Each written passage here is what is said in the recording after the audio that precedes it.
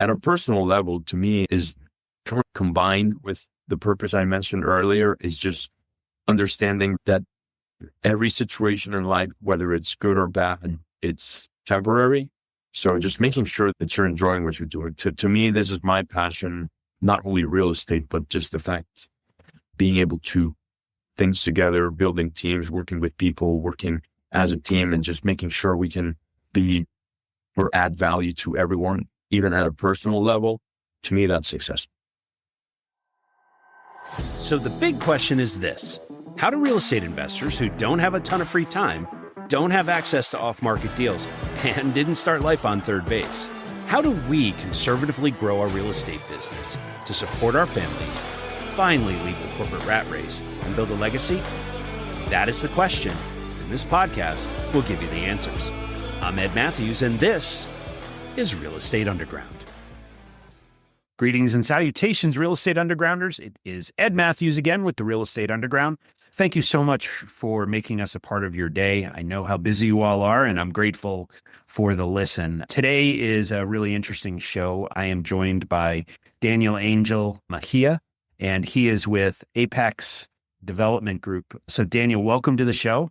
I'm really excited to have this conversation because you happen to run a business very similar to mine, and I want to ask you how you do it so I can get down to best practices. Awesome. Thank you so much, Ed, for having me. Pleasure to be here. Pleasure to meet you. My pleasure. So for the folks who haven't discovered you on LinkedIn or elsewhere, why don't you tell us a little bit about you and your company? Yeah, of course. A little bit about me. Originally from Colombia, South America, born and raised there. Then I had the opportunity to go to school here. Then I went back to Colombia to go corporate life initially in the finance world, and that's kind of took me to the real estate world initially there. And then about 10 years ago, I got the opportunity to get back to the States. And while I was working corporate job in a cement and ready-mix company, I decided to take some steps on the side in the real estate world, specifically in the residential world. And that's how everything started. Initially doing some flipping, some experience on the side, trying to capture all the experience I had from some funds I used to work for back home. Slowly but surely started getting into some bigger until I decided and found that was the path I really wanted to take. Leap of faith, decided to close the chapter of the corporate life and started Apex. Fortunately enough, found who's my business partner now, also from Colombia. He used to live in Miami and decided to move to Atlanta. And that's where we joined forces and started this amazing path that we're still driving and trying to grow. Okay, congratulations on your success. So let's talk about the business a little bit. What niche do you tend to focus on? I know you do a lot of different things, but I'm curious where you tend to spend most of your days. No, totally. We've stayed within the residential space, and that initially covered more buying existing distressed properties, renovating and selling or renting. That has evolved into the multifamily space also. So nowadays we cover single family and multifamily. In the single family space, we did evolve into more ground up construction, both for sale and for rent. And in the multifamily space, we only acquire to execute value add programs. So we basically revolve around that residential world in those three verticals: ground up for sale, for rent, and then acquisitions in the multi space for value add or plus approach. That's a lot. Talk to me about your team. What does that look like? Yeah. In 2021, we saw the need of starting to build a team around us. Initially, it was just the two of us and then another partner we used to have for the construction part of the business. Right after COVID, we understood the idea of virtual approach and combined that with our roots and started building a team back home. Today, our team is split in those two locations back in Colombia, about 15, 17 people with us, covering different areas. We try to be as vertically integrated as possible. So trying to bring everything in-house except for property management at this point. Anything that has to do with acquisitions, underwriting, structuring capital markets and stuff like that. Even managing some of the projects from there, parts of the process of project management from Colombia. So that's why we built that team there. And then the other part of the team is whoever needs to be on the ground, on the field, seeing and living the properties will be here. So it's about a 7-people team in Atlanta at this point. Yeah, we do a similar model here, except our people sit in the Philippines. but similar concept. Now, are those folks in Colombia, are they employees or are they virtual assistants or a combination thereof? Correct. And that's a great question. I know there's a lot of people going the VA route, which is also successful. Our approach was a little bit different. We actually have a company there and they are our employees and our team members. There's two advantages that we found there. One, time zone. So they work at the same time as we are. Yeah. We're just sometimes of the year we're an hour off, but it works pretty well. They are our team. We know the culture. We are bilingual. We speak Spanish and English, which helps on the construction and renovation side tremendously. So basically, it ended up being a great advantage to our company and pretty much one of our differentiators at this point. Yeah, it's a competitive advantage for sure. Because, not everybody I speak enough Spanish to understand if somebody's having trouble or to convey what I'm trying to get across, but I am by no means bilingual. So having the ability to speak natively is a huge advantage. So with regard to the changing markets, right? You're based in Atlanta. Where are your properties? They are in Atlanta also, and that's another important decision we've made. With time, we've learned to make some of those decisions, which are important. So sometimes out of state and looking at other states and other markets is interesting and can be kind of like shiny and attractive. For us, it's like focus, being close to the asset, boots on the ground is really important. Something that we have decided to stay on, at least for now. That doesn't mean we won't go to other states eventually. But I think the knowledge of the market, and I think to your point of like with changing markets and after the great run that the real estate world had from 2012 or 2011 to probably a couple of years ago, really didn't matter, so to speak. Didn't really matter where you were.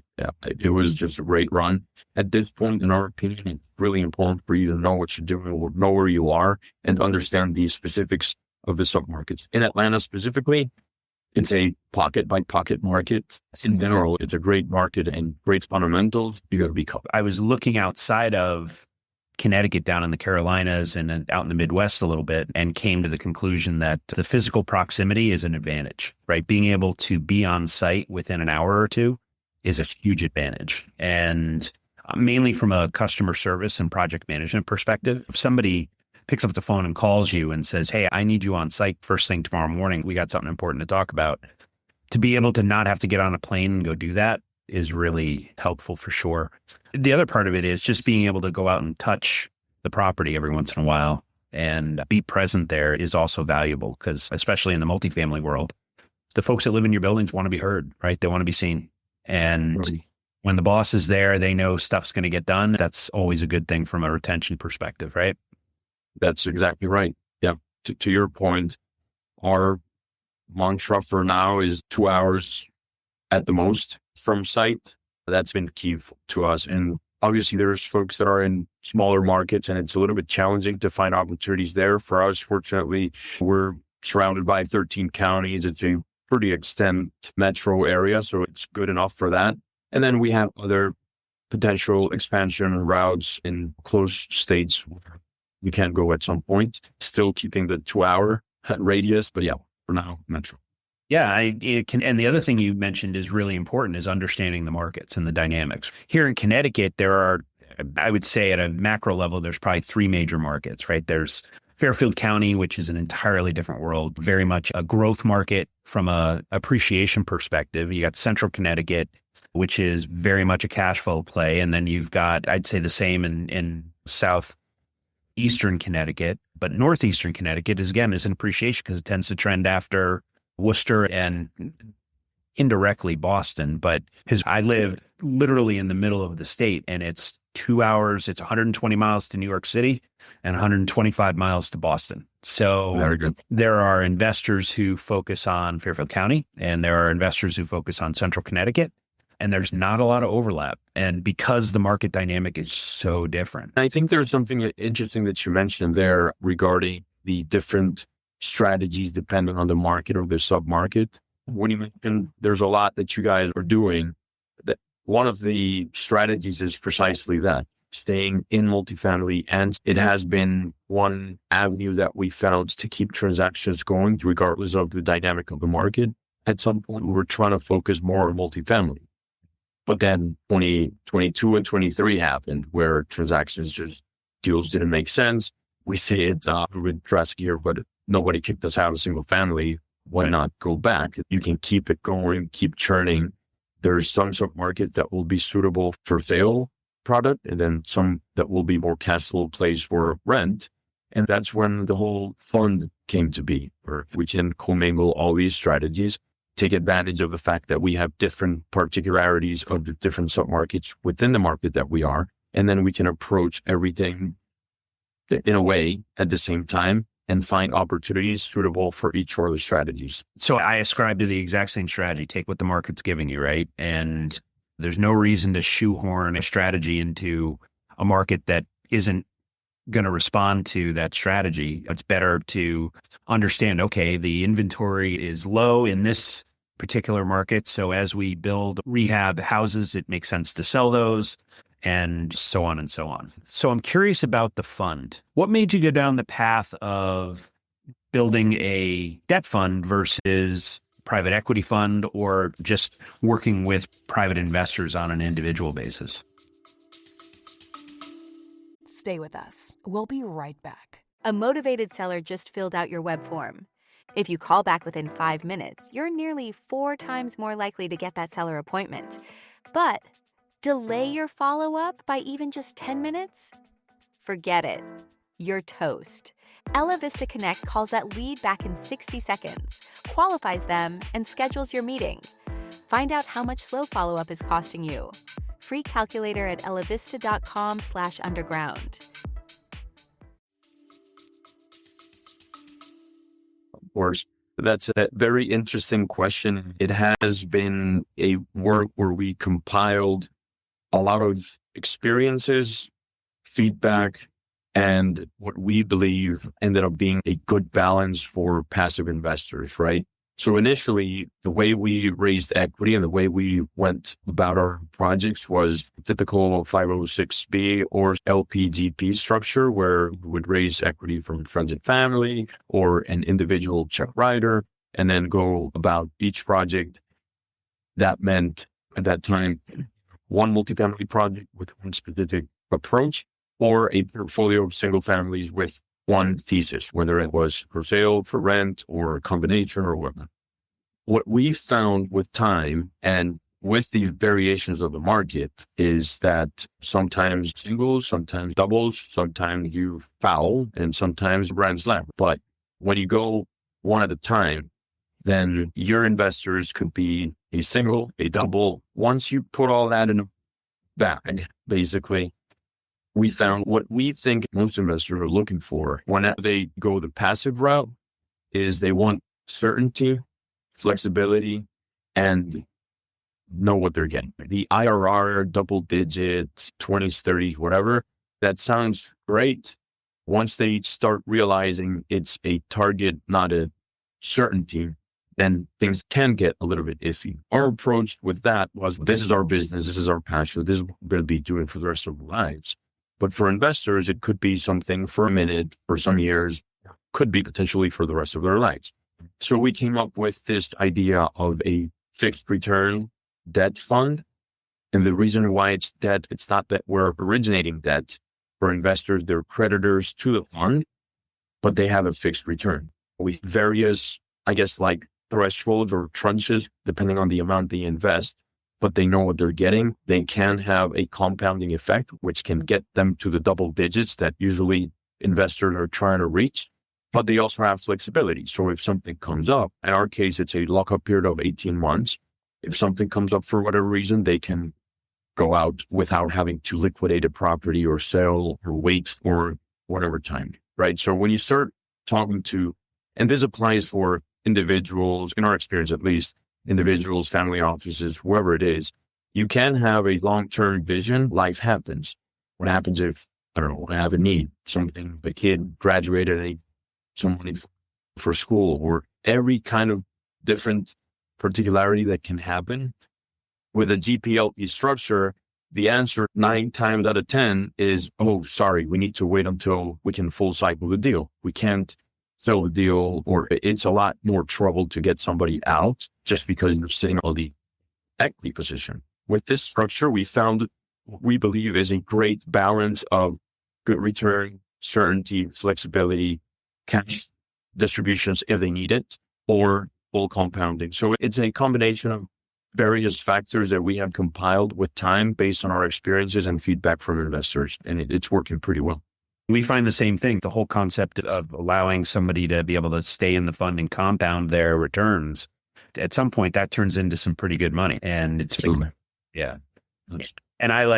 So personally, that one of the things that I had done with our own debt fund is the exact same thing. There's an 18-month lockup, but then there are periodic opportunities to pull your money out if you need it. Somebody's getting married, somebody's going to college, medical bill, whatever. Some investors at some point want to get a little bit more active and want to buy their own stock, and that's perfectly fine. We just feel that the flexibility adds a lot of value for investors. And our point really is just trying to build a diversified portfolio that people can rely on. And then for the time that they want to be, hopefully as long as they can, but sometimes there's needs in life. We understand. So it's just serving investors at the end. To each their own. All right, Daniel. Hey, I talked about what I mentioned before we started recording. I can talk about this stuff for days, and you've built a tremendous business. Congratulations. But I would like to get into the final 5, our lightning round, if you'll indulge. All right. First question is always about purpose, right? I'm curious what gets you out of bed on Monday morning. I know you've done very well, and the mortgage is paid, the car payments are probably paid off, and kids' colleges are taken care of, and yet you still get up and go to work in the morning. So what drives you? What's your purpose? I would split that in 2. There's the personal side, which really happened after I left corporate and started my own thing, enjoying the ride. That's how I call it. And it's just making sure, regardless of what's happening, good or bad or ugly, just enjoying every minute. So to me, it's like, sometimes I don't even know if it's Monday or Sunday. We're on a timer at the end of the day, and we are probably the end of that timer. So it's just make sure you enjoy every second. From a company perspective, or let's call it Apex perspective, is being able to build a professional and strong team. Something I feel very proud of is the people that we work with, and the fact that we've been able to get back to our roots, that we left our country. We can build something at home without having to be at home. Working with great professional people and being able to build something around that is something that I very close to my heart. Awesome. I couldn't agree more. I think that there's a contribution that gets me out of bed in the morning. It's that you're helping people get where they want to go, right? Yeah. True.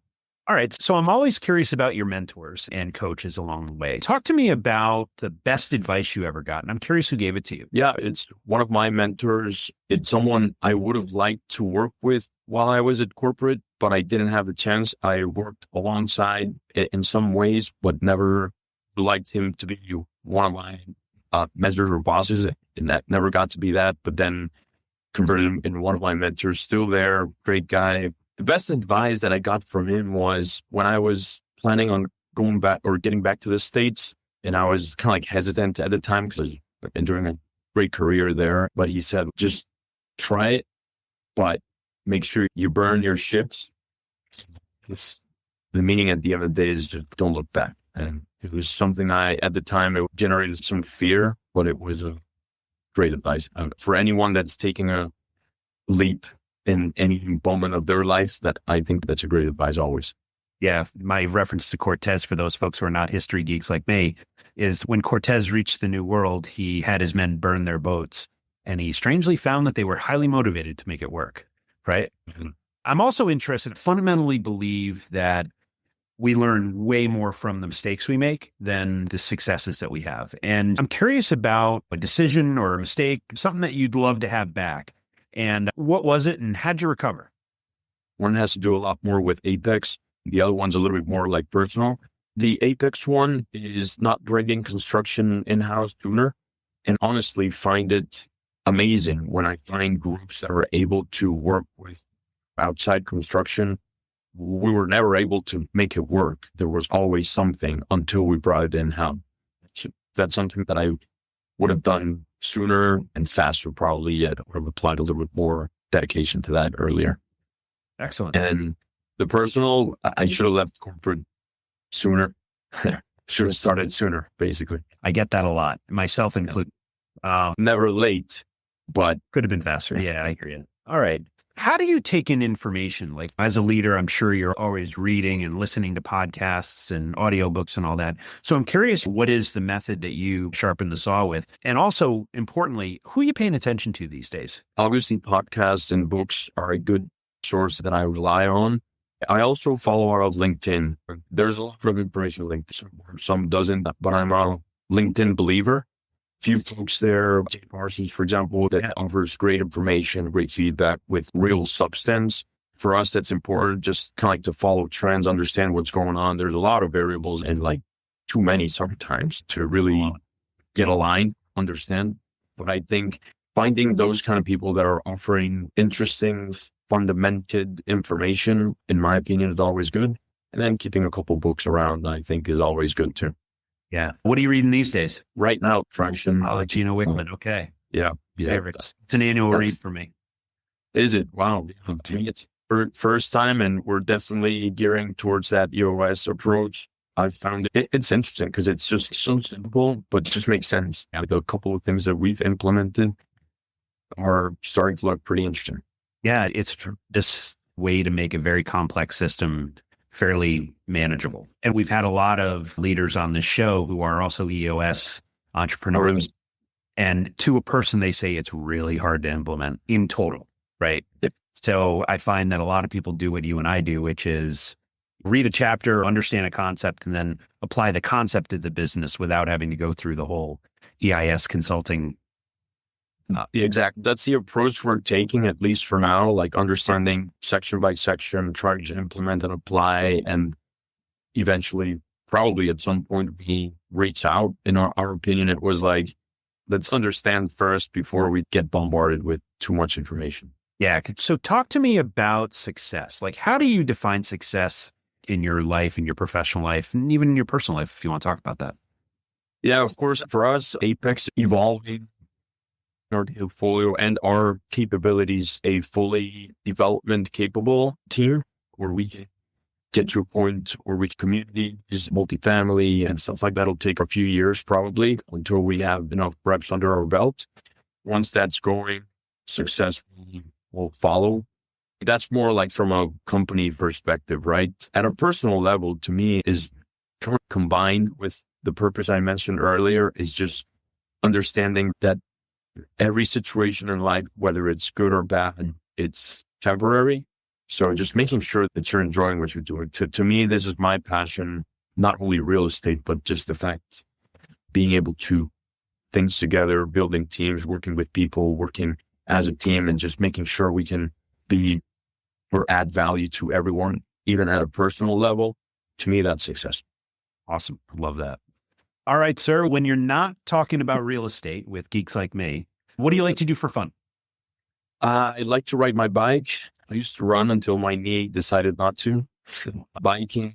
I always enjoy a nice restaurant. Also spending some time with my wife and friends. And I love traveling too. Fantastic. Daniel, I've really enjoyed this conversation. If folks want to learn more about you or Apex, what's the best way to get in touch? I think our website is a pretty good route, apexinvestments.us. Email is always a great route to also theangel@apexinvestments.us. And in LinkedIn, I'm pretty active there. Daniel Angel Mejia, which I think would be the best 3 ways to reach out, and happy to have many conversations this one as possible. I really love it. Daniel, thank you again for joining us. And it's a pleasure to see you and continued good success. Thank you so much. Pleasure to meet you. Pleasure to be here.